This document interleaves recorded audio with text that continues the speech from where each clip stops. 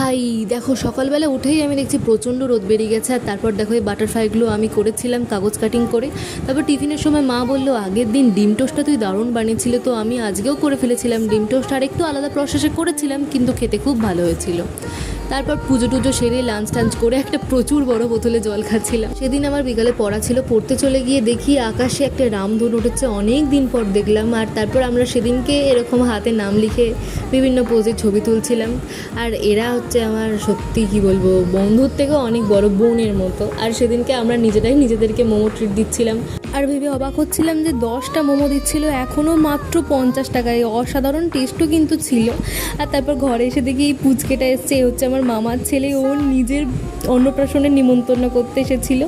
ওর সাথে সন্ধে আর বিকালটা দারুণ কাটলো। আর যখন সবাই একসাথে হয়েছি, সেলফি তো একটা চাই। সবাই খুব ভালো থেকো, আবার নতুন ভিডিও নিয়ে আসবো। বাই।